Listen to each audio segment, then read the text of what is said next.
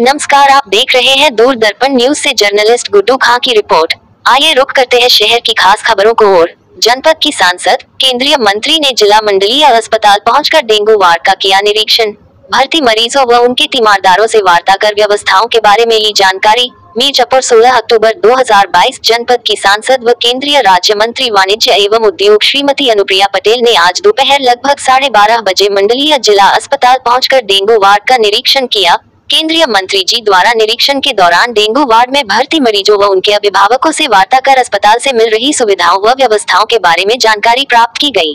निरीक्षण के दौरान उपस्थित प्राचार्य मेडिकल कॉलेज डॉक्टर आर.बी. कमल एवं एसआईसी डॉक्टर अरविंद सिंह को निर्देशित करते हुए कहा कि भर्ती मरीजों को समय से चिकित्सकों के द्वारा इलाज, देखभाल व दवाओं की उपलब्धता सुनिश्चित कराई जाए। केंद्रीय मंत्री ने कहा कि जिस ग्राम सभा वार्ड क्षेत्र से डेंगू के अधिक मरीज अस्पताल में आ रहे हो, ऐसे क्षेत्रों को विशेष रूप से चिन्हित करते हुए वहां पर मलेरिया दवा एवं एंटी लार्वा दवा का छिड़काव कराने के साथ ही वहां के नालियों की बेहतर सफाई सुनिश्चित कराई जाए तथा स्थानीय लोगों को डेंगू रोग के बचाव व रोकथाम के दृष्टिगत जागरूक भी किया जाए। उन्होंने कहा कि इसके अतिरिक्त जनपद के प्रत्येक क्षेत्रों में फॉगिंग कराई जाए तथा लोगों को कूलर, फूलदान, पशु पंछी के पानी के बर्तन आदि को नियमित रूप से साफ करने तथा मच्छर के काटने के बचने के लिए मच्छरदानी लगाने आदि के बारे में जागरूक किया जाए।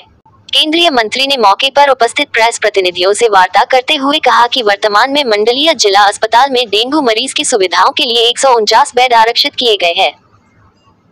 उन्होंने कहा कि डेंगू व मलेरिया के मरीज बढ़ रहे हैं, परंतु अभी पूरे बेड भरे नहीं हैं।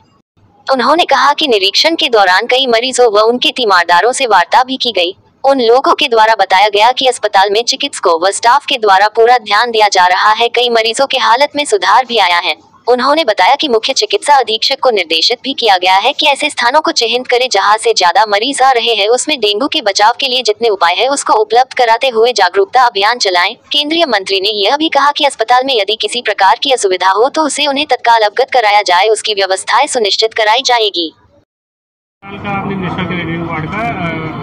कितने मरीज हैं अस्पताल में डेंगू के? देखिए, यहाँ पर कुल 149 बेड्स की व्यवस्था की गई है, क्योंकि डेंगू के और मलेरिया के इस वक्त मरीज बढ़ रहे हैं और अभी पूरे बेड तो नहीं भरे हुए हैं, लेकिन कई पेशेंट्स हैं। कई पेशेंट से मैंने बात भी की है।